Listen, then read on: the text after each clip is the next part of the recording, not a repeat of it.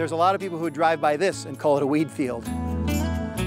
The average person in the public probably doesn't distinguish a whole lot between weeds and prairie, unless the things that you see on the prairie are pretty. Pretty in terms of restoration doesn't really have any meaning. Our target goal is not to have it be pretty. Our target goal is to have it function.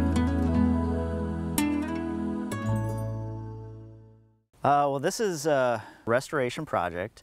Many years ago, it was ag land, like so much of our land in this area.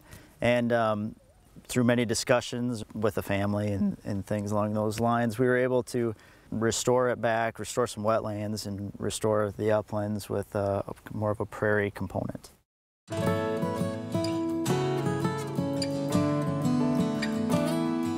Folks like to plant trees because you grew up, you know, trees are good, more trees are good, and in many ways that they are. But places like this, prairie has its place in the ecosystem and in the habitat world as well. This looks a lot like weeds, and a lot of the farmers, when they come in, they talk about, you know, a program that we worked with them on, and they say, well, the weeds are coming up really good this year. You guys should really like what you're seeing. If you look at it with the naked eye, they do look like weeds, but there's a lot of diversity out here. There's a lot of diversity in a prairie. I think I heard once that, you know, there's 240 different species that were on the prairie. I don't know that all of those were growing right here, but it just gives you an idea of how much diversity there was on the landscape. And so that's what habitat is, all the different things in the ecosystem that are using that. So you got the bugs that are in the different plants and the animals that eat those certain kinds of bugs, and you've got a lot of different things, little different variety of vegetation and variety of different opportunities for wildlife.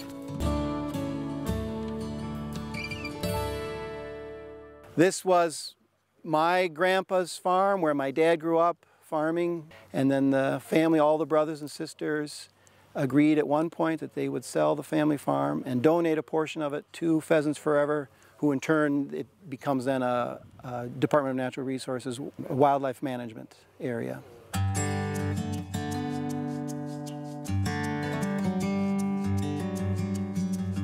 We have to be careful when we assess remnants to say, oh, it looks really pretty, because we want it to function a certain way. You know, particularly, we're trying here to do a restoration that would promote endangered, threatened species of grassland nesting birds. And it's doing that, but it also does look nice. It's got a lot of species that we planted hoping that they would grow. It's hard to know what things were 300 years ago, but working with the researchers on this project, you know, we kind of walk around, you say, this has got to be pretty close to what it looked like 300 years ago. Now, not every site, not all of our when you think of set-aside programs, look exactly like those remnant type prairies, but I think we got it pretty close on this one.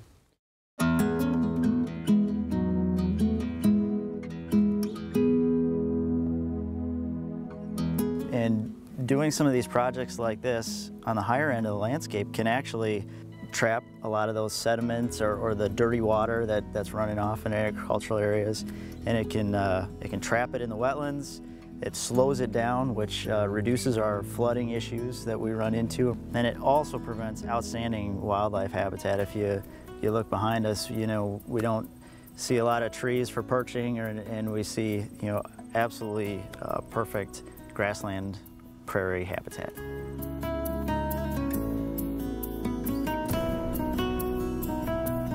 It is an experimental site in which we have planted 4 different types of prairie side by side in triplicate, 11 acres each, to both compare how the restoration techniques that we applied affect the ultimate diversity, but more importantly, we were trying to create structural differences in each of those plots. By structure meaning tall versus short, thick versus thin, to see how different animal species, songbirds, small mammals, pheasants, use those and which ones they had preferences for. You know, you get to see habitat like this, it's a real rare opportunity, because this is natural prairie grasses that you hardly ever see in this part of the world, because most of this type of stuff has been taken out.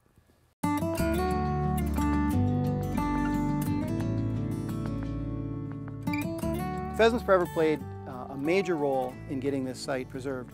When the family decided that they would like to see it permanently preserved and restored, they approached Pheasants Forever as a potential buyer of the site. Pheasants Forever raised the money and the family donated a portion of the site. So in the combination of those two made it happen. What happens is Pheasants Forever are not able to own the property. What we do is we take it and we do everything we need to the property, and then we donate it to the DNR so it has perpetual care. Also on this particular piece of property, since we were starting over, we had to not just purchase the property, we also had to start all over again and establish it in natural prairie grasses, and that's what we did.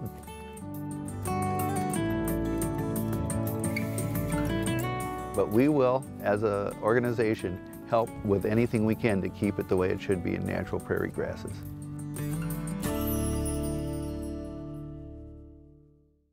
Ed's grandson is named Sean Schottler, is a doctor, and he works for the research department for the St. Croix Research, and they are part of the Science Museum.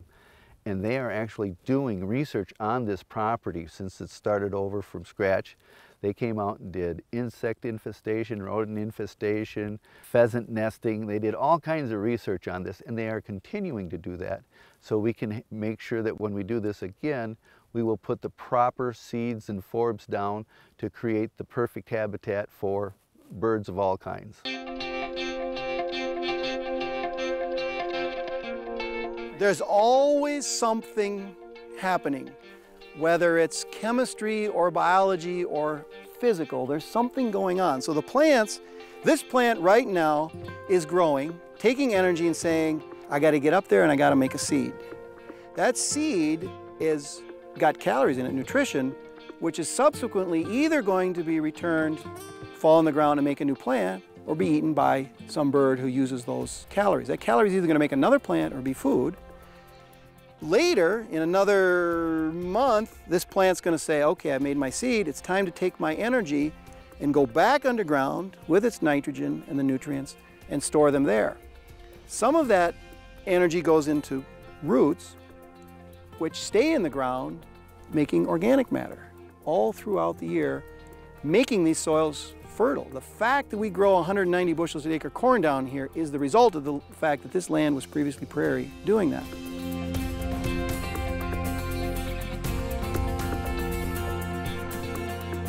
It's the opportunity to learn and to show that these systems are both complex and have big benefits to us if, over time, we learn how to both restore them and manage them.